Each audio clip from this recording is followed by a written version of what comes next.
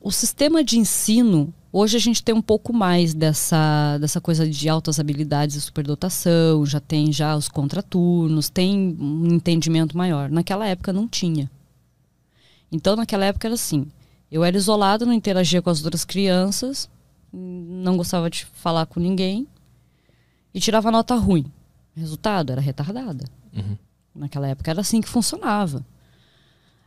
Até vir a entender com 13 anos que era a síndrome de Asperger. Uhum. Que hoje faz parte porque ela faz parte do espectro do autismo, mas hoje ela está dentro mesmo. Hoje não tem mais, né? Hoje você não recebe mais o diagnóstico de Asperger. Você recebe só o diagnóstico de autista agora. Eles colocaram tudo no mesmo código, no mesmo CID. Entendi. Mas tem alguma diferença? Ou a diferença é tão sutil que... Tem. Tanto que eu sou, assim, claramente contra terem feito isso. Terem juntado tudo numa palavra só. Terem juntado tudo. Porque, assim, embora a síndrome de Asperger esteja dentro do espectro do autismo, a síndrome de Asperger, dentro dele mesmo, você tem pessoas com mais comprometimento ou menos comprometimento. Dentro do autismo, também. O autista leve, porque agora a síndrome de Asperger está como o autismo leve. Só que o autista leve, ele pode ter ainda mais comprometimento do que alguém que tenha síndrome de Asperger. Uhum. Entendeu? Uhum. Então eu acho que isso pode mais atrapalhar do que ajudar, porque a legislação no Brasil, ela interfere em muita coisa. Por exemplo, tirar a habilitação. O autista não pode. Então, até que ponto a gente está preparado para fazer isso? Uhum. Entendeu? Então, tem algumas coisas. Outra coisa, existe um prejuízo social nisso. Porque é bobo a gente pensar que não existe. A gente não quer que exista, mas existe. Porque sempre vai ter, se você coloca lá num currículo que você tem síndrome de Asperger, é uma coisa. Se você coloca num currículo que você tem autismo, a chance daquele currículo já ir para a pilha do lado dos descartados é muito alta. Uhum. Tem que mudar essa cultura? Tem. Mas até mudar isso, quanto prejuízo você causa no meio do caminho? Sim. Não é melhor primeiro mudar o entendimento para depois fazer esse tipo de mudança? Uhum. Qual foi a primeira, sei lá, vou usar sintoma, não sei se é essa palavra que se usa, que fez a tua família procurar um profissional para ter esse diagnóstico? É que o diagnóstico ele caiu no colo só. Tinha falecido uma prima minha, que era muito amiga minha. Mas muito amiga. A gente vivia para cima e para baixo junto. E quando ela faleceu, porque naquele dia a minha mãe não tinha deixado ir na panificadora com ela. E naquele dia ela foi atropelada. E daí a minha mãe ficou achando, porque eu sempre fechada, sempre isolada, ela ficou achando que eu tava com uma depressão, alguma coisa assim. E aí eu passei por 2 psicólogas. Uhum. E daí uma detectou, entendeu? Quais são as principais características que faz a pessoa ser isso ou não ser isso? Porque uma coisa é a pessoa ficar isolada. Eu sou assim também.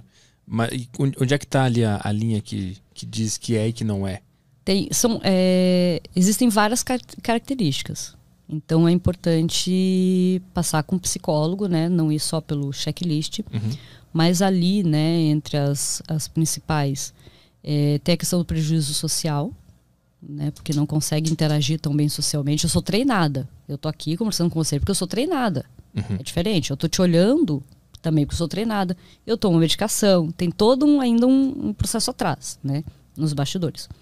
Mas isolamento social, não conseguir se socializar, ser desajeitado socialmente. Então é aquela coisa assim, às vezes fazer uma brincadeira que as pessoas podem achar extremamente boba, que parece brincadeira assim de... A pessoa com 30 anos está fazendo uma brincadeira de criança de 10. Uhum. Entendeu? Então tem essa questão. Então o prejuízo da interação social é o mais evidente. Uhum. E aí tem algumas questões, maneirismos, tem alguns tiques. Então depende, né, do grau que a pessoa tenha. Mas como é que a cabeça funciona para agir dessa forma no mundo? Como é que tu enxerga? Como é que tu interpreta o mundo? A estrutura neuronal, a estrutura das sinapses são diferentes. A posição existe. Antes acreditava-se que não havia diferença anatômica. Hoje já se sabe que existe diferença entre o cérebro de um neurotípico, que é uma pessoa não autista, e do cérebro de um autista.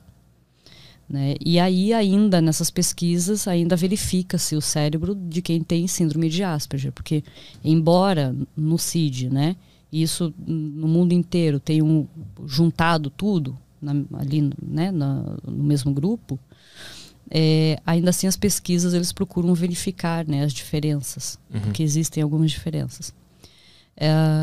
E as diferenças nas sinapses, elas são até um pouco evidentes pela questão da forma da interação, pela questão da forma do comportamento. Outra coisa é na comunicação. Não quer dizer necessariamente, então às vezes a pessoa pensa assim, mas meu filho se comunica, ele então não tem isso. Não quer dizer. Eu, por exemplo, me comunicava. Eu conversava quando era criança e muito bem. Inclusive, eu com 2 anos tinha conversas até com palavras bastante complexas. Só que tem uma diferença. Eu tenho a síndrome de Asperger mais a superdotação.